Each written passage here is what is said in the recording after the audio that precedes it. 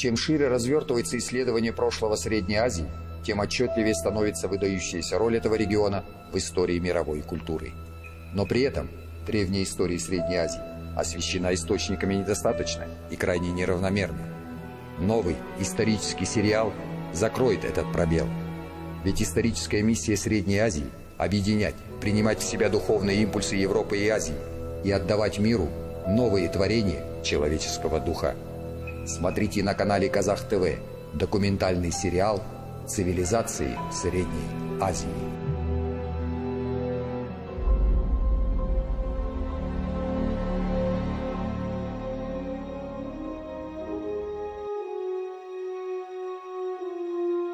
Саманиды пришли к власти в тот период, когда завершался процесс образования таджикского государства. К этому времени сложился национальный язык, а таджики, избавившись от иноземцев, создавали собственную культуру. Саманиды способствовали этим процессам, проводя политику стабилизации и централизации.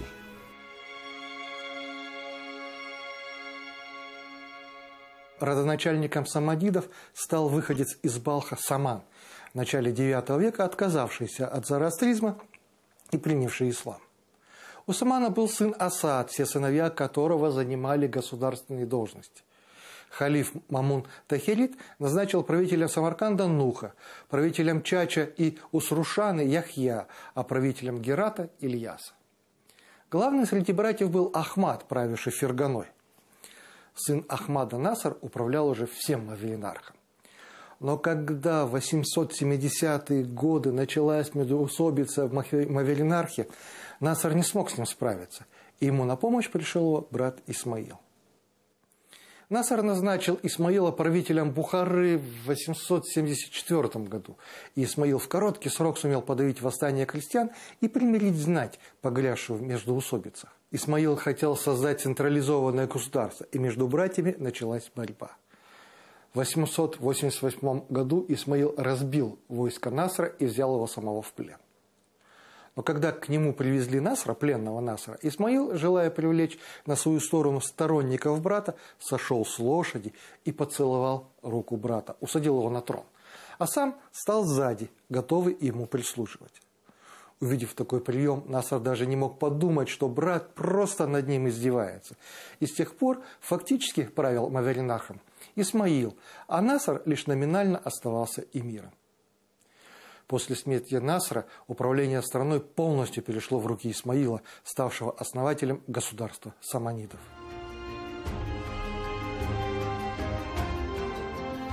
В 900 году Исмаил нанес поражение войску иранского правителя Амра ибн Лейса и присоединил к своему государству значительные земли на севере и востоке Ирана, обеспечив независимость своего государства от арабских халифов.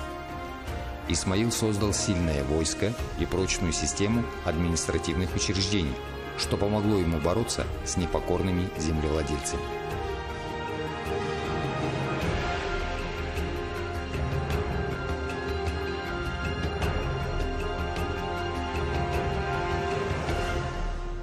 Государство саманидов тоже было очень гуманное государство.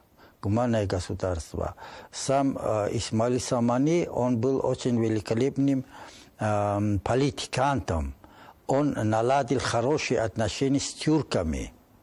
При его жизни и даже при его Насре тоже восточная граница была спокойна, потому что он был хорошим политикантом. И с тахиридами, которые он у них отнял власть, тоже он не казнил их, он отправил, значит, вот последнего царя к халифу. Вот. Он и с халифом не ругался. Он был с исламом, тоже держал такое отношение хорошее. Абу Ибрахим Исмаил ибн Ахмад Самани родился в апреле 849 года в семье эмира Ахмада ибн Асад, потомка Самани Худо, основателя династии Саманидов. Книга правительства или Правила для королей Сияр аль-Мульк или Сиясат Нама Низама аль-Мульк.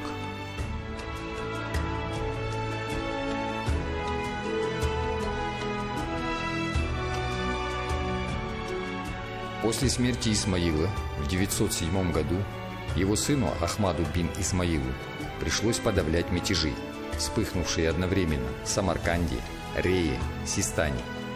Самым крупным было восстание в Систане, подавить которое Ахмаду удалось лишь через год. Ахмад ибн Исмаил вызвал ненависть тюркской гвардии, созданной его отцом, и был убит на охоте своими рабами, а власть перешла к его сыну Насру II, 914-943 года.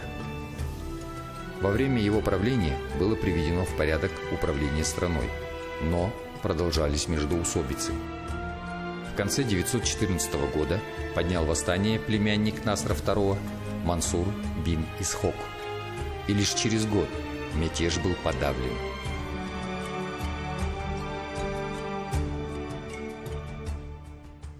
В рамках государства саманидов завершился процесс формирования таджикской нации. Это очень важно. Главную роль в этом процессе отводится западно-иранскому языку, который пришел на смену восточноевропейским языкам. В саманидскую эпоху дари, то есть фарси, стал языком государственным.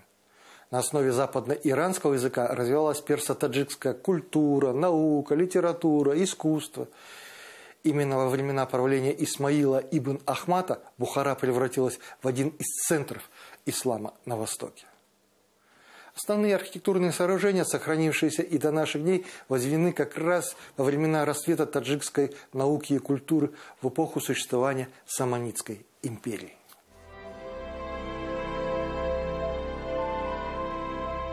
Исмаил ибн Ахмад придавал большое значение идеологии ислама.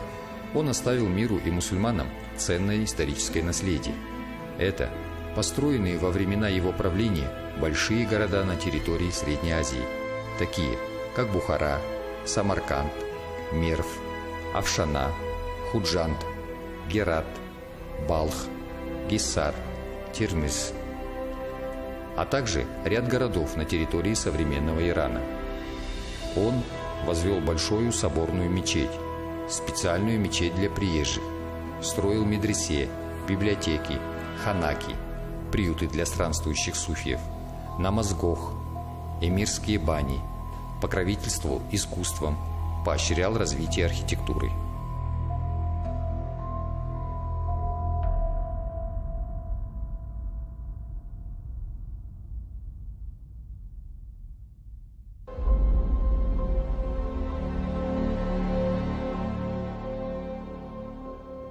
Государство существовало почти 100 лет.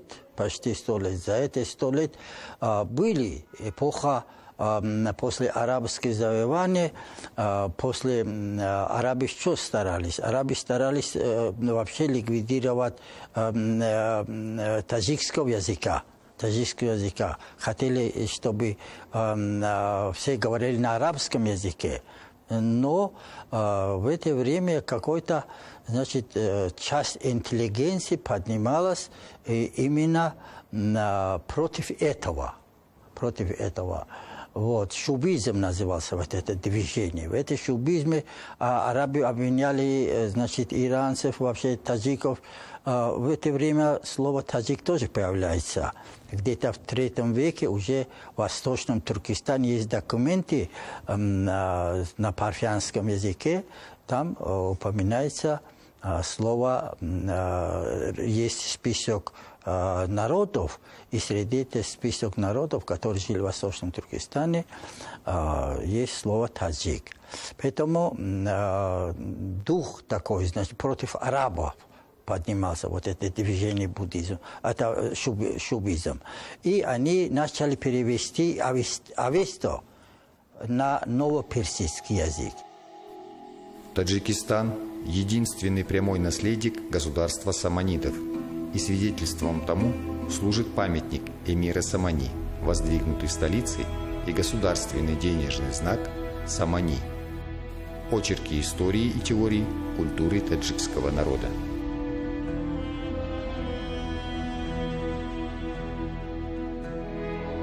На строительство мечетей и храмов науки и искусства выделялись лучшие земли и выдавались крупные денежные средства.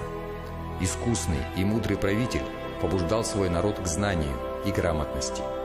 Мусульмане, следуя исламской традиции, приступили к поиску знаний по всему миру.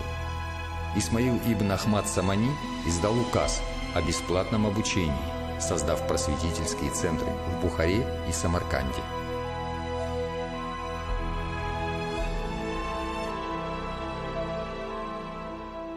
Другую задачу, которую осуществил эмир Исмаил Самани, это укрепление основ национального таджикского языка. Таджики всегда стремились к познанию мира. И опыт этот переносили в науку, литературу, искусство. Особенно трепетно таджики относятся к своему родному языку. Тысячелетиями они бережно хранили его, передавая из поколения в поколение, подобно реликвии, не искажая и не привнося ничего чужеземного. Арабские завоеватели практически уничтожили оригинальный язык таджика дари. Однако, благодаря Исмаилу Самани, таджикам удалось вернуть языку первозданность в своем великолепии.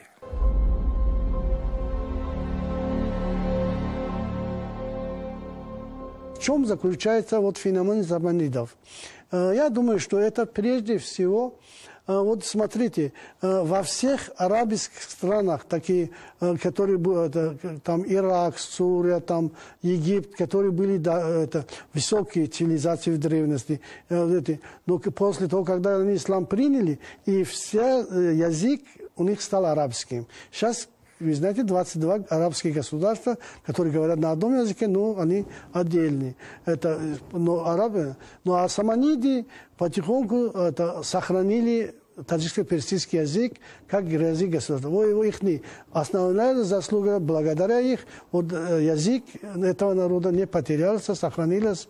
И поэтому таджики его предпочитают. Если видели, в городе Душанбе много его памятников, и много основная улица имени и очень много посвящен Исмаилу Саманиду. Изначально язык называли Порси.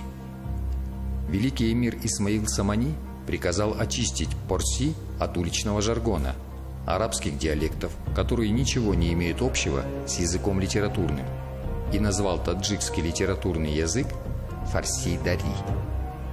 Благодаря Исмаилу Самани от Хурасана до Ирана персоязычный народ стал писать, читать, разговаривать на литературном языке Фарси-Дари. В настоящее время фарси-дари – государственный язык в Таджикистане, Афганистане и Иране.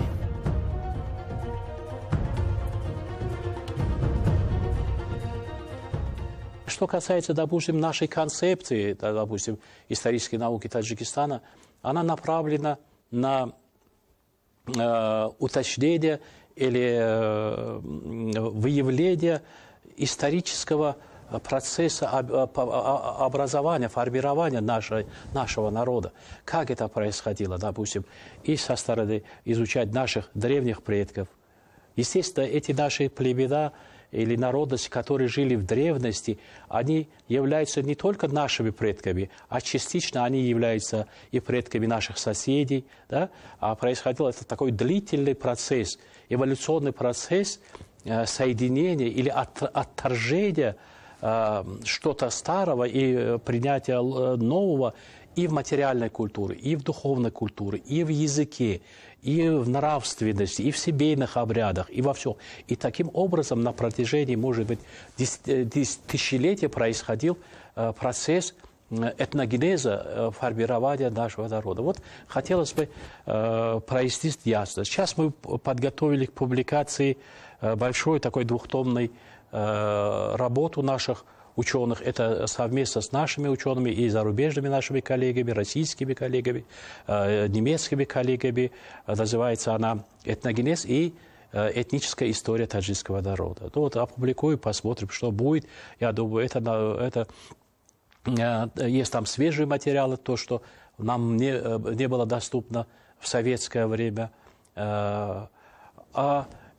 Естественно, каждый народ, используя или каждое государство, ссылаясь на историю, хочет защитить свои национальные интересы, на свои духовные, материальное наследие. Это понятно.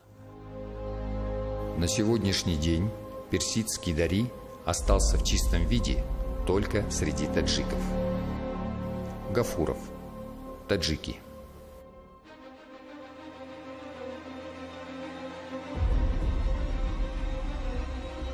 Но вернемся к борьбе за власть.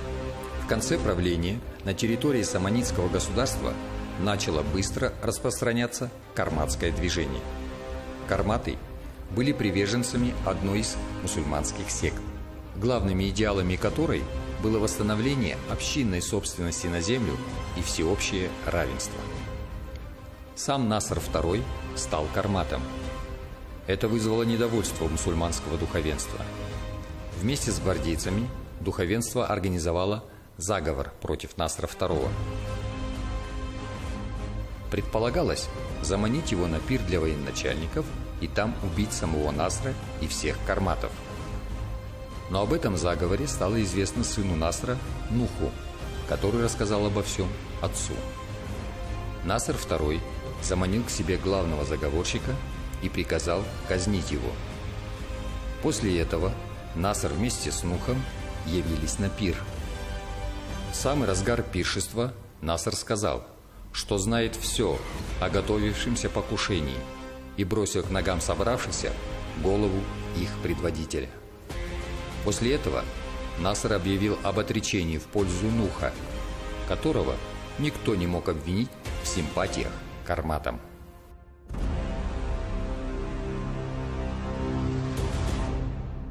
Нух начал свое правление с истребления карматов и конфискации их имущества. Но, несмотря на это, в государстве возникли серьезные финансовые трудности. Нух объявил, что в возникшей ситуации виноват, кто, конечно, визирь, и приказал казнить его. Воспользовавшись ослаблением позиции Нуха, его дядя Ибрагим бин Ахмад в 947 году захватил трон, а Нух был вынужден удалиться в Самарканд. Но как только Ибрагим выехал по делам в Чагайнян, Нух вернулся и вновь занял трон, а своего дядю и его сыновей ослепил. После этого Нуху пришлось усмирять восставшегося против него Абу-Али Чагани, которого в конце концов он был вынужден назначить правителем Чаганиана, а потом и всего Хорасана. Во время правления Абд-ал-Мелика, сына Нуха, усилилось влияние тюркской армии, в руки которых перешло управление государством. Особенно выдвинулся начальник тюркской гвардии и крупный землевладелец Алыптигин. Его влияние было настолько велико, что без согласия Алыптигина Абд-ал-Мелик не мог даже назначить визиря.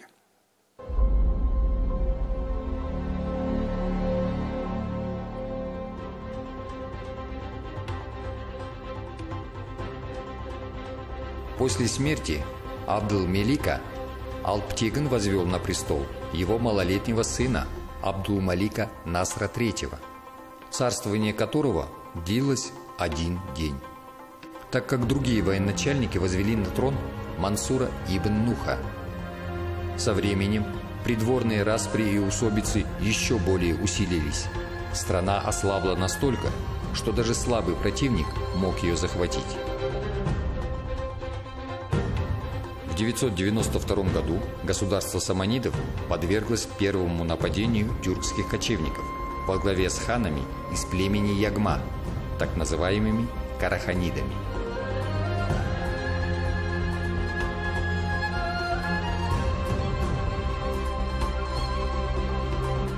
Исмаил Самани был одна ошибка, что до него, значит, были местные гвардии, а он их ликвидировал, и на место их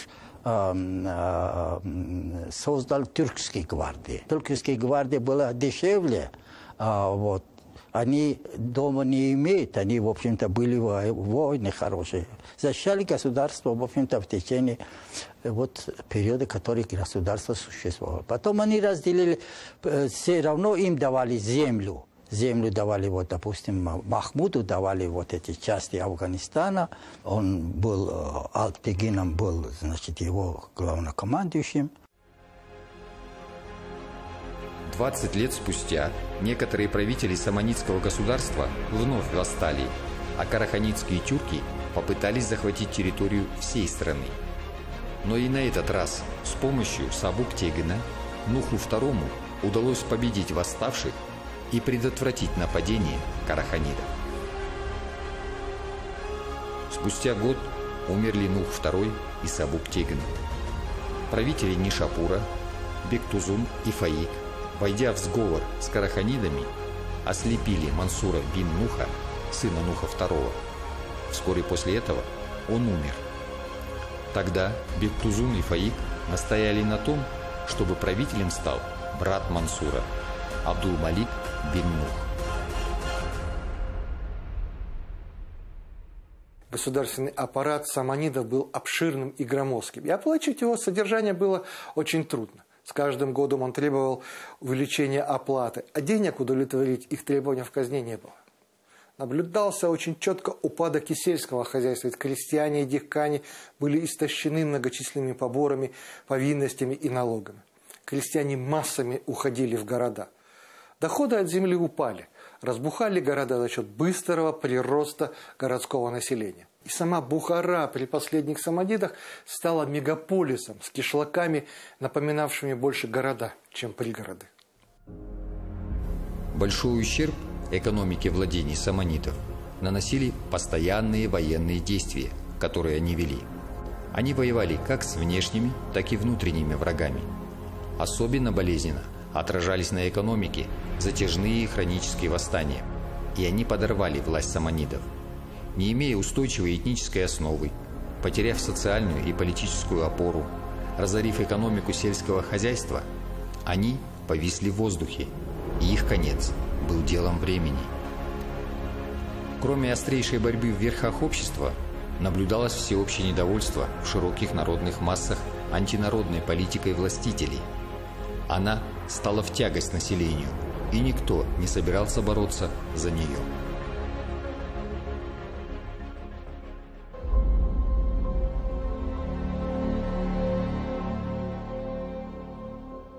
Таджики сложились как народ. Это значит единая территория, на которой функционировал единый язык. Это единый рынок и взаимоотношения между. И на этот рынок не только внутри государства, но и приезжали сюда и за нашего государства. Это единая ментальность. То есть это обряды, обычаи, все это здесь. И это первое государство у Исмаил Самани, он был таджик, да, и поэтому, в принципе, сказать, что это первое наше государство. Владыка из Фиджаба выражал покорность саманидам только ежегодной уплатой 4 денег и отправлением вместе с подарками метлы. Академик Бартольд. За все 100 лет правления династии не было практически ни одного спокойного года. Восстание тюркской гвардии, убийство чиновников за места в государственном аппарате, мятежи, народные восстания, бунты, беспорядки в провинциях происходили ежегодно. В 962 году саманидский полководец Алып-Тегин, помните такого, основал в Газнии государство газневидов. Находившиеся в вассальной зависимости от саманидов, владетели Хорезма, Исфиджаба, Чаганинана и других прекратили уплату дани. В 992 году тюрки взяли Бухару. А по договору в 996 году к ним отошли все владения саманидов от бассейна Зеравшана. В 999 году тюрки вновь овладели Бухарой. Саманидское государство распалось, и власть в Средней Азии перешла к тюркскому государству караханидов, а земли к югу от реки Джейхун, Амудалья, были заняты государством газневидов. Так закончила свое существование огромная империя, подарившая миру великую цивилизацию. На карте появились новые игроки. Но об этом в наших следующих сериях.